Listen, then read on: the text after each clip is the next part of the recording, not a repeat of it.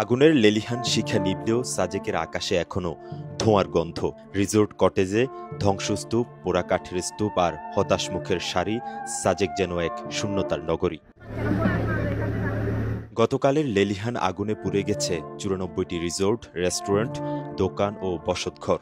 তবে ক্ষতিগ্রস্তরা বলছেন সংখ্যাটি আরও বেশি। প্রায় ১২০টিরও বেশি স্থাপনা ভস্মীভূত হয়েছে। ভয়াবহ অগ্নিকাণ্ডে পুড়ে যাওয়া রিসোর্ট, বসতবাড়ি ও দোকানগুলোর মালিকরা দাঁড়িয়ে আছেন ভস্মীভূত স্থাপনাগুলোর সামনে। তাদের চোখে মুখে এক অনিশ্চয়তার ছাপ।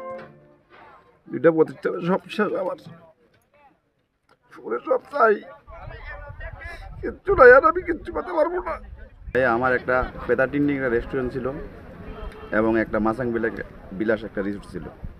আমি দুইটা প্রতিষ্ঠানে প্রায় ৮০ লক্ষ টাকা ইনভেস্ট করছি। অনেক কষ্ট করে টাকাটা ইনভেস্ট করছি ভাই, আমার আর কিচ্ছু নাই ভাই। সাজেকের ভয়াবহ আগুনের পর মঙ্গলবার সকাল থেকেই স্থানীয়রা ক্ষয়ক্ষতির হিসাব কষতে ব্যস্ত। আগুনে ৩২টি রিসোর্ট, ৩৫টি বসতঘর, ৬০টি রেস্টুরেন্ট ও ১২টি দোকান সম্পূর্ণ পুড়ে গেছে। এখনও ধ্বংসস্তূপের ভেতর থেকে বের হচ্ছে ধোঁয়া।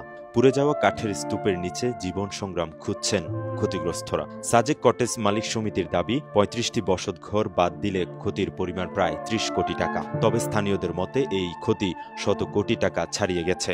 এদিকে অগ্নিকাণ্ডের পরপর সাজেক ভ্রমণে পর্যটকদের নিরুৎসাহিত করা হলেও মঙ্গলবার দুপুর থেকে নিরুৎসাহিতকরণ প্রত্যাহার করা হয়।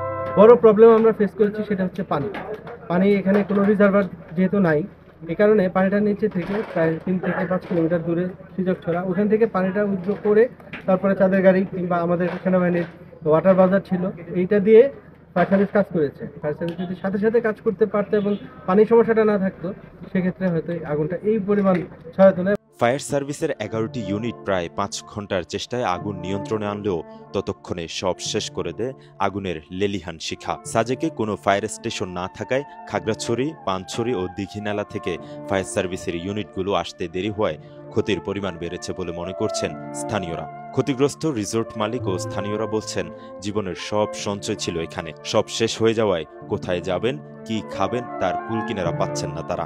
আমাদের তো আসলে ২১টা হচ্ছে রেস্টুরেন্ট সাজেকে, ২১টা রেস্টুরেন্টের মধ্যে ৭টি রেস্টুরেন্ট আমাদের পুড়ে গিয়েছে। আমাদের ১২৬টা কটেজের থেকে ৩৪টা কটেজ পুড়ে গিয়েছে। আর ৬৫টা দোকানের থেকে আমাদের 18টি দোকান পুড়ে গেছে। আর তাছাড়া আমাদের এখানে লোকাল মানুষের বাসা বাড়ি পুড়ে গেছে হচ্ছে ৩৪টা, তার মানে প্রায় ১০০-র অধিক। এ ঘটনায় ক্ষয়ক্ষতির পরিমাণ ৩৫টি বসতঘর ছাড়াই প্রায় ৩০ কোটি টাকারও বেশি বলছেন সাজেক রিসোর্ট মালিক সমিতি। ৩৪টা রিসোর্ট পুড়ে গেছে, তার মধ্যে সাথে বসত বাড়ি ৩৭টা পরিবার এবং দোকান ১৯টা, রেস্টুরেন্ট ৭টা, ১৯টা দোকান, ৭টি রেস্টুরেন্ট মিলে সরজমিনে পর্যবেক্ষণ করে ওনারা জানতে পেরেছে প্রায় ৩০ কোটি টাকা ক্ষয়ক্ষতি হয়েছে। আগুন নিভলেও সাজেকের ক্ষত এখনো দগদগে। ধ্বংসস্তূপের মাঝে নতুন করে ঘুরে দাঁড়ানোর লড়াই শুরু হয়েছে ক্ষতিগ্রস্তদের। তবে কবে নাগাদ পর্যটন কেন্দ্রটি পূর্বের রূপ ফিরে পাবে, সেটিই এখন বড় প্রশ্ন। রাঙ্গামাটি থেকে রকিবউদ্দিন রকির তথ্য ও ছবিতে ডেস্ক রিপোর্ট, কালের কণ্ঠ, চট্টগ্রাম।